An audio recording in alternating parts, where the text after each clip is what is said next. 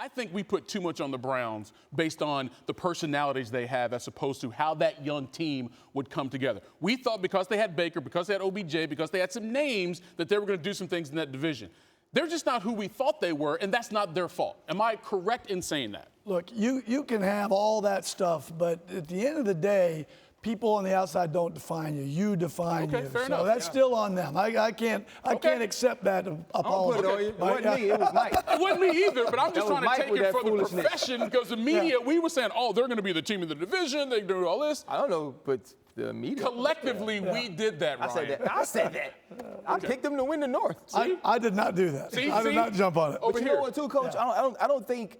I'm going to give us a little slack. I don't necessarily believe it was us and the personalities. I mean, we were looking at Jarvis Landry, who's a Pro Bowl wide receiver, Odell Beckham Jr., who's been an All-Pro, Baker Mayfield, the first overall pick, a guy that breaks the touchdown record as a rookie. We saw all these things, and we've seen these people perform, and all we thought was they were going to at least perform at baseline, but they haven't. Right? They've been in the negatives. They've been below their averages, and I think that's the most puzzling piece. And that goes on them, right, as a team, as the players, but it also has to go into coaching. It's your job when you assemble these collection of players to get them to play at the highest level they possibly can, and they just aren't as a team. When you look at that Pats defense that Mike just referenced all throughout that highlight, what impresses you the most? I think how multiple they can be, how versatile they can be from a schematic standpoint. When you watch a lot of these teams that are dominant, it's usually, they major in something, whether it's a pressure team, a team that drops back into zone, a team that can play man.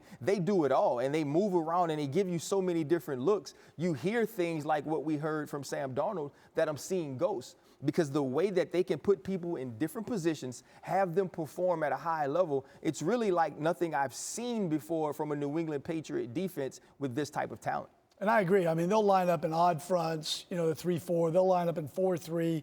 They'll give you bear defenses and covering the inside three. So they give you multiple looks. But where Bill is really good, you've all had teachers that made things sound simple that were complicated, and then vice versa.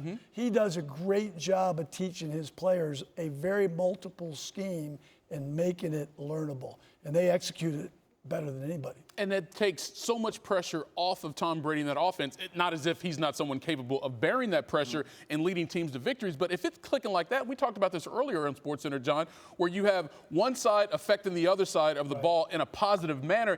Could it get any better in New England than it is right now? No, I mean, if you look at it, they matched up really well. I'm talking about Cleveland today. You wouldn't know it by the score, but when you spot a team at their place, 17 points. Good point, yeah. All right, you got no chance. Zero.